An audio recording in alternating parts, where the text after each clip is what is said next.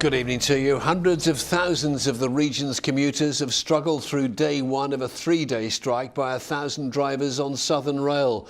There were replacement buses, but it seems many people decided on alternatives. Our transport correspondent Mike Pearce caught one of only 4 trains to leave Brighton for the capital this morning.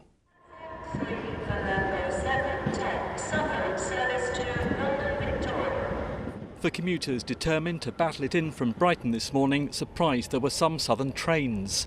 The company say driver managers turned up for work and drove them. Most commuters had followed the advice and stayed away. This service, which left at 7, was almost deserted until it reached Croydon when the masses descended. Surprisingly empty. I got a seat, which is an absolute bonus. But it's still, morale's still very low between all the commuters. Everyone's just absolutely had enough, essentially. I think a lot of people have chosen other alternative means of transportation. Delay is horrible. Government needs to do something. It's can't go on. We're innocent in all this. We are innocent, and we're just being victims. It's just killing us really.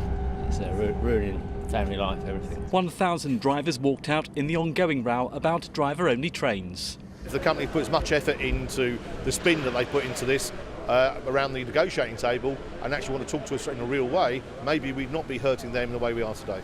This was Victoria, usually packed at rush hour. The Gatwick Express was running 50% of its service, but even then was nowhere near full. After today, this week, they have just had enough. When's it going to end? What's going to resolve it? I totally empathise with our passengers. I travel on our services every day, and we do desperately need to bring this dispute to an end. Our doors are always open to the unions to speak to us. We have made the unions some good offers that we think can move this dispute forward, and I would urge them to come back to the table, because striking is not the solution to this issue. Elsewhere, Southern laid on 200 buses to link in key stations with other train operators, like here at Chichester. Considering that it's one every 40 minutes, so if you miss one by 1 minute like I did, you have to wait next to an hour for the next one. The bus leaves here at 8:05 and apparently it just misses the train from Havant at 8:40. In some respects they work better than the trains because they're on time, we get to where we need to be. Yeah. And it's useful to have them, definitely. Whereas the trains that are actually running don't always come on time. Mike Pearce, ITV News, Brighton. Meanwhile, one of the MPs whose mailbox is full of complaints is Tim Lawton, who represents East Worthing and Shoreham. He spoke to our political correspondent, Phil Hornby. MPs say they've never known anything like it. Alongside the emails from the unions and the management, thousands from furious constituents. There's never been so much anger, so much desperation from so many people. Well, I mean, I've got some examples here I've printed off and everything as well. One really good example came in just this morning, entitled Help. Tim, I've been putting up with the problems that have been occurring on Southern Network for the past 6 months, strikes, delays, etc. This has gone on for too long. I'm now in a position where I'm going to have to chuck in my career that I've been working very hard on for the past 6 years because of a dispute that has nothing to do with me. The company I work for are now starting to take a stand against people being late for work or missing a day. We're getting lots like that. People are losing their jobs, having to leave their jobs. And some companies, we now understand, are not even interviewing people who rely on Southern Rail to get into work. I suppose what you'd like to be able to say to these correspondents is, hey, we've got a solution. But to be honest, the solution seems as far off as ever, doesn't it? Well, I think the last few days has shown that actually there's not a lot dividing the two sides. But there never has been, really. And frankly, and when you drill down to the detail, the whole dispute seems to be over whether somebody should be a safety critical person or a safety trained person, and the difference amounts to a row of beans. This dispute has got to end. Southern Rail, I don't think, are up to running the franchise anyway, but frankly no train operator could run that franchise with a current completely unjustified, unreasonable union action, which has got to stop. Phil Hornby with that report. Other news now. Police are trying to trace a jogger after a man was stabbed in Bournemouth at the weekend. A 50-year-old man was seriously injured on Ashley Road in Boscombe. A 17-year-old boy has been charged with attempted murder. Police think a jogger wearing fluorescent clothing may have witnessed the incident on Saturday evening.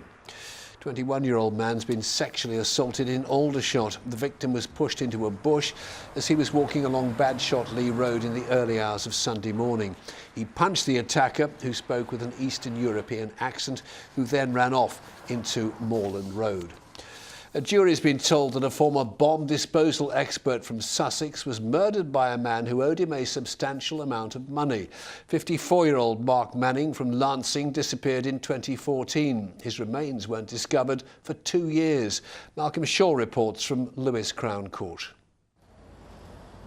Colin Gale stands accused of beating to death a man he owed money to, but the 40-year-old from Worthing denies murder.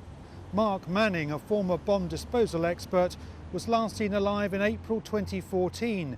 His body wasn't found till 2 years later at Hampshire Hill near Slotham. A pathologist said his death was caused by an attack using severe force, which caused fractures to the bones of his skull and face. Today, the prosecution began outlining their case at Lewes Crown Court. The jury heard that traces of Mark Manning's blood were found at a garage in Lancing, where he and Gale bought and sold cars.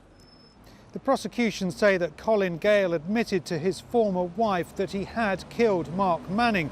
They'd argued about money that he owed Mr. Manning, possibly as much as £150,000.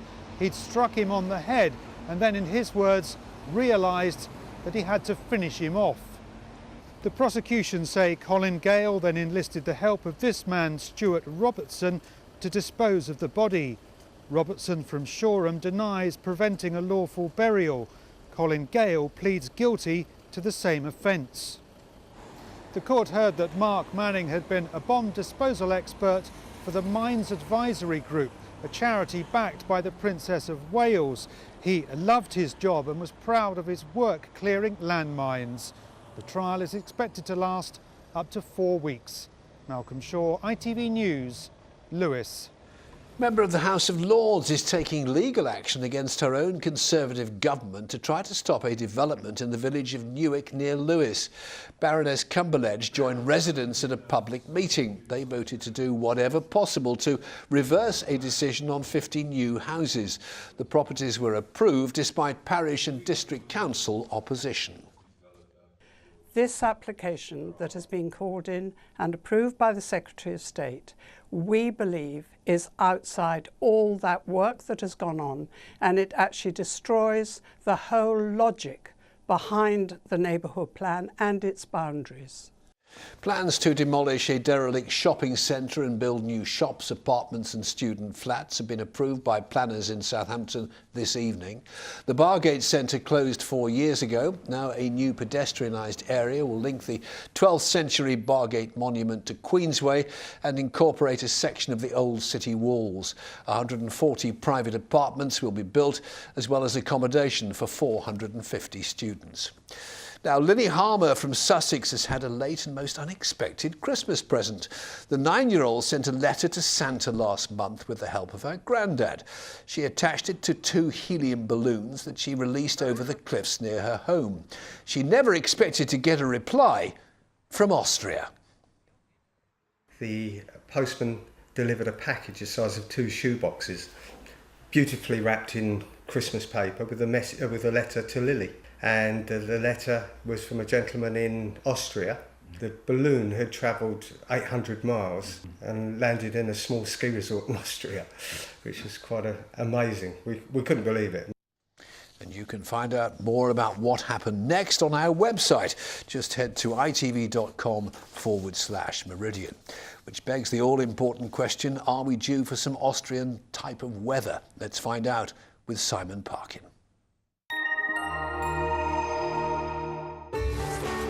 From sleet to the slopes, driving through Europe, Eurotunnel the Shuttle sponsors ITV Meridian weather.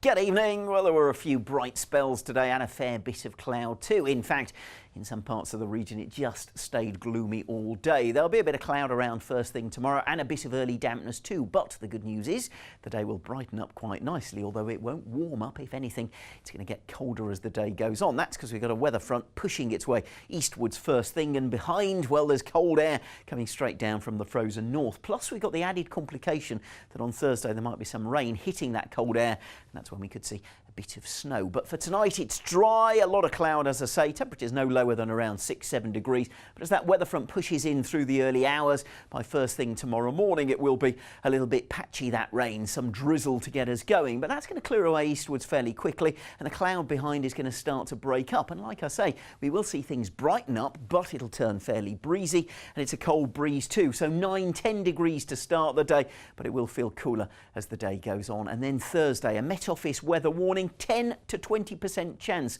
of that rain turning to snow over the higher ground of the Chilterns and the Cotswolds and the Downs, but we are keeping an eye on things. Eurotunnel the Shuttle sponsors ITV Meridian weather. That's where we're looking this evening. We're back during Good Morning Britain from 6 o'clock tomorrow morning. But from the late team for now, it is good night. Sleep well. Join us again soon. Take care. Bye-bye.